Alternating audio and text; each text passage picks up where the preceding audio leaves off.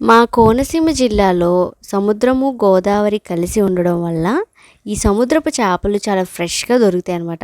సముద్రపు చేపల్లో చాలా అరుదుగా దొరికే ఈ వంజరం చేపల్ని పులుసు ఎలా పెట్టుకోవాలో చూపించబోతున్నానండి. ఈ వంజరం చేపలు తెచ్చుకున్న తర్వాత వీటిని శుభ్రంగా వాష్ చేసుకొని ఇందులో కారం, పసుపు, ఉప్పు వేసుకొని బాగా కలిపేయాలన్నమాట. ఈ చేపల్లో ముళ్ళు ఒక్కటే ఉంటుంది. ఎక్కువ ముళ్ళు కూడా ఉండవు కాబట్టి పిల్లలు చాలా ఇష్టంగా తింటారండి. అంతేకాకుండా ఈ చేపల్లోని ఒమేగా 3 ఫ్యాటీ యాసిడ్స్ కూడా ఎక్కువ ఉంటాయి కాబట్టి పిల్లలు, మనం కూడా తినడం చాలా మంచిదనమాట. ఇప్పుడు ఈ చేప ముక్కలకి కారం, పసుపు, ఉప్పు అన్నీ పట్టించేసి ఇలా పక్కన పెట్టేయండి. ఒక బాండీలోని 3/4 కప్పు వరకు ఆయిల్ వేసుకొని ఇందులోనే మనం ఉల్లిపాయలు, పచ్చిమిర్చి, టమోటా ఉంటే కూడా వేసుకోండి. ఇది కలగరుపు కూరలో వండుకుంటే చాలా బాగుంటుంది. అంటే పచ్చిగాని ఉల్లిపాయలను వేయించకుండా వండుకుంటే బాగుంటుంది అనమాట.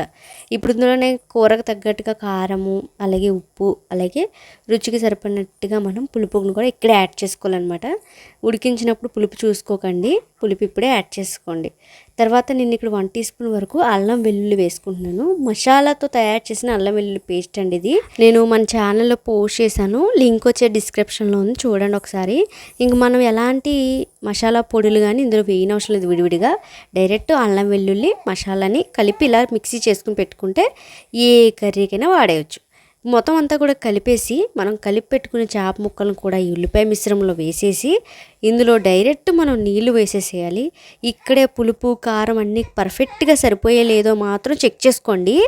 ఎందుకంటే మళ్ళీ తర్వాత మనం రుచి చూసుకునేటప్పుడు చాలా అంటే కొంచెం టేస్ట్ మారకుండా చూసుకోవాలి. ఇప్పుడే పులుపు అనేది చూసేసుకోండి. ఇప్పుడు మనం పులుపు చూసుకున్న తర్వాత డైరెక్ట్ స్టవ్ మీద పెట్టేసేసి ఇది దగ్గర పడేంత వరకు ఉడికించాలన్నమాట. అంటే ఆయిల్ పైకి తేలేంత వరకు ఉడికించుకొని కారం, ఉప్పు అన్నీ కరెక్ట్గా సరిపోయేలేదో చూసుకుంటే ఈ వంజరం చేప చాలా రుచిగా అండ్ సంథింగ్ స్పెషల్ టేస్ట్తో చాలా బాగుంటుంది. ఒకసారి ఇలా ట్రై చేసి చూడండి.